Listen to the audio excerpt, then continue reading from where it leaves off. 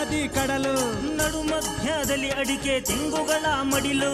ಒಂದು ಬದಿ ಸಹ್ಯಾದ್ರಿ ಒಂದು ಬದಿ ಕಡಲು, ನಡು ಮಧ್ಯದಲ್ಲಿ ಅಡಿಕೆ ತೆಂಗುಗಳ ಮಡಿಲು. ಸಿರಿಗನ್ನಡದ ಚಪ್ಪರವೇ ನನ್ನ ಜಿಲ್ಲೆ, ಇಲ್ಲಿಯೇ ಇನ್ನೊಮ್ಮೆ